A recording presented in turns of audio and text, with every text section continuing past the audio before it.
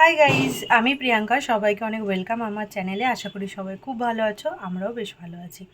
নতুন বছর শুরু হওয়ার আগেই ভাবলাম ব্লগটা আবার আগের মতো স্টার্ট করি। আসলে কি বলো তো, এখন বাচ্চা সামলে ব্লগ বানিয়ে এডিট করে পোস্ট করাটা আমার পক্ষে অনেকটাই চাপের হয়ে যায়। তবে অনেক অনেক অনেক ইউটিউবাররা আছে যারা সব কিছু সামলে তারা ব্লগ টগ বানায়, কিন্তু অতটাও সাকসেসফুল আমি হতে পারিনি। মানে অতটাও পটু না, ব্লগ বানানোতে পটু আমি না। মানে হয় ব্লগ বানিয়ে ফেলি, কিন্তু কি বলতো এডিট করে পোস্ট করাটা আমার পক্ষে খুব চাপের হয়ে যায়। মানে টাইমে পোস্ট করা সব কিছু ঠিক অনেকটা চাপের হয়ে যায়। তো ভাবলাম নিউ ইয়ার স্টার্ট হওয়ার আগে আমার ব্লগটা আবার স্টার্ট করি। জানি না আবার কতদিন কন্টিনিউ করতে পারবো। তো যাই হোক, আজকে ব্লগটা স্টার্ট করলাম। এখন বাজে একটা থেকে ব্লগটা স্টার্ট করলাম। আজ আমি যাচ্ছি বাপের বাড়ি। মেয়ের জামা কাপড় কাচাও হয়ে গেছে, সব কিছু কাজ কমপ্লিট হয়ে গেছে। এবার রেডি হব, রেডি হয়ে আবার তোমাদের কাছে আসছি। আর কি করছি না করছি সব কিছুটা তোমাদের সাথে শেয়ার করছি। ততক্ষণ তোমরা সাথে থাকো আর পুরো ব্লগটা দেখো, ঠিক আছে? সো আমি রেডি হয়ে গেছি, এই যে। আর ভাই আসছে, ভাইকে ফোন করলাম যে রেডি হয়ে গেছি। তো চলো।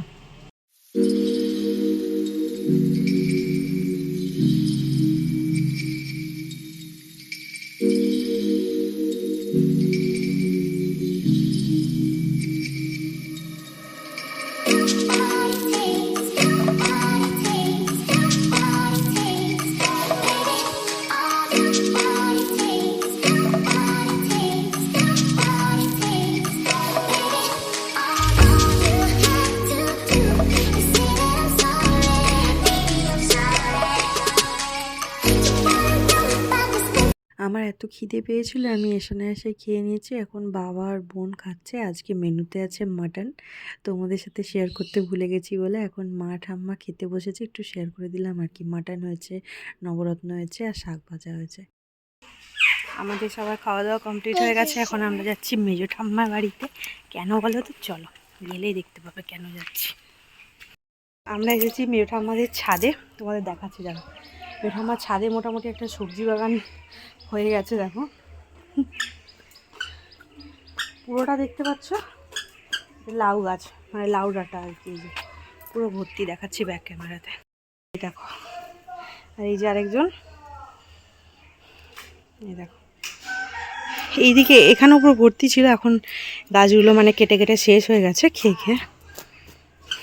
এই যে আরেকটা জিনিস দেখাচ্ছি। আর এই যে এই কারণে এসেছি ছাদে, এই কুল গাছের জন্য এসেছি। ওরা গাছে কুলে ভর্তি হয়ে গেছে। চলো কুল কটা পাড়া যাক। বেশ বড় বড় হয়েছে, আর কদিন পর পুরো পেকে যাবে। কুল পাড়, গাছে কত কুল দেখ।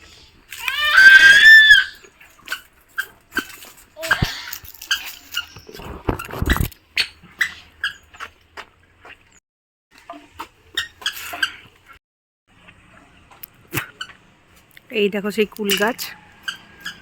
আগে আমরা কতই না কুল পাড়তাম। এখন আবার কাকুদের এই ছাদটা আগে ছিল না, 1 বছর হলো এই ছাদটা হয়েছে।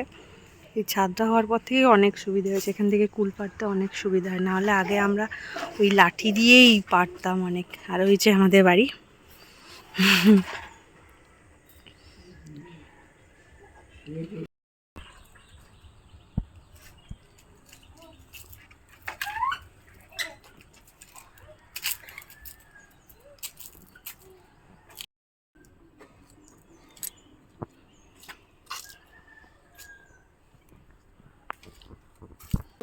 পেছনটা ঝেটে দাও।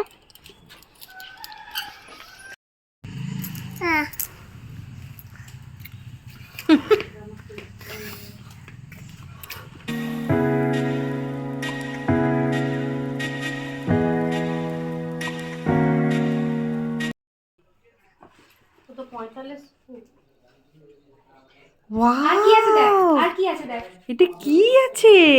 আর কি আছে দেখ। হ্যাঁ, এটা কি? হ্যাঁ, এটা তো হামা। বিটু, এটা তো হামা।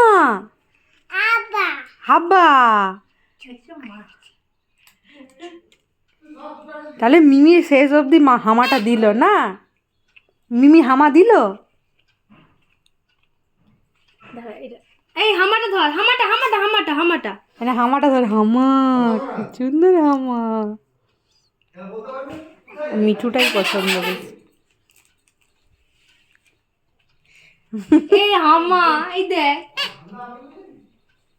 এটা হচ্ছে আমার মেয়ের ক্রিসমাস গিফট। আর স্যান্টাটা কি বলতো, আমার বোন। ছোটোবেলায় জানো তো আমি আমার ভাই বোনকে স্যান্টা সেজে গিফট দিতাম। রাত্রিবেলায় ওরা ঘুমিয়ে গেলে ওদের বালিশের কাছে গিফট রেখে দিতাম, ওরা সকালবেলায় দেখতো। ওরা সত্যি সত্যিই ভাবতো যে স্যান্টা দিয়ে গেছে। তো ওরাও দেখতে দেখতে কতই বড় হয়ে গেল, তাই না? সে কাজ না থাকলে যা হয়, বোন এই শাড়িটা কিনেছে, আমি বললাম তোকে পরিয়ে দিয়ে আয়। দিয়ে পরিয়ে ফটো ফটো তুলছিলাম আর কি, আমি দেখি কেমন লাগে। আমার দিদি আমাকে শাড়ি পরিয়েছে। আই হোপ লাইফে বাকি 60 বছর আর কখনো আমি আমার দিদির কাছে শাড়ি পরবো না। এটাই আমার লাস্ট, এটাই আমার লাস্ট। আজ আমার ঠাম্মা বানাচ্ছে পিঠে, পাটিসাপটা।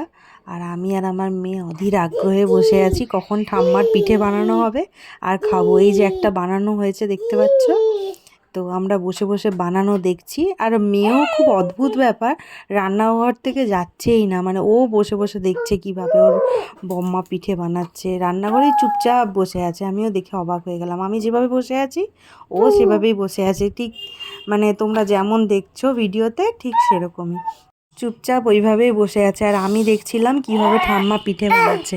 আর আমার না পিঠে বানাতে খুব ভালো লাগে, কিন্তু সেভাবে পারি না বানাতে। তো একটু একটু শিখছিলাম আর কি কিভাবে বানায়। তারপর আমিও ভাবছি একবার ট্রাই করব।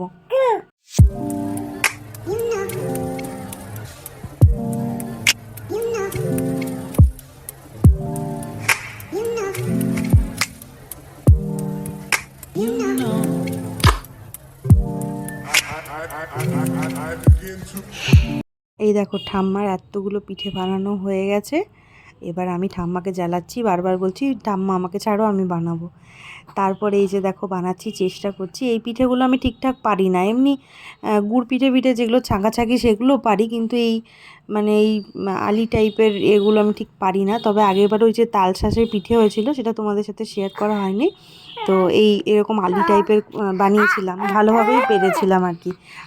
মোটামুটি দুটো বানিয়েছি, আবার এইখানে বানাচ্ছি, একটা বানিয়ে রেখেছি সাইডে, আর হচ্ছে আরেকটা বানাচ্ছি আর কি। এভাবেই তো দেখে মনে হচ্ছিলো যেন খুব কঠিন, কিন্তু কঠিন সেরকম না, যে কোনো জিনিস পেরে গেলে আর কঠিন লাগে না, সোজাই লাগে। আর সেভাবে ব্লগটা কন্টিনিউ করা হয়নি। আর পিঠে বানানোর পর মেয়েকে খাওয়ালাম দুধ রুটি, আর রুটিও হয়েছিল, ও এসে হচ্ছে রুটি আর মাংস খেয়েছে। আর আমার পিঠে খেয়ে খেয়ে পেট ভরে গেছিলো বলে আর রুটি খাইনি, এমনি মুড়ি খেয়েছিলাম, মুড়ি মাংস। তারপর ঠাম্মা তো চুল দেখলেই বলবে কি অবস্থা করেছিস চুলে, আয় তোকে তেল মাখিয়ে দিই, চুল আঁচড়ে দিই। তো ঠাম্মা এরকমই করে। তো চলো আজকের মতো ব্লগটা এখানে শেষ করলাম, কাল আবার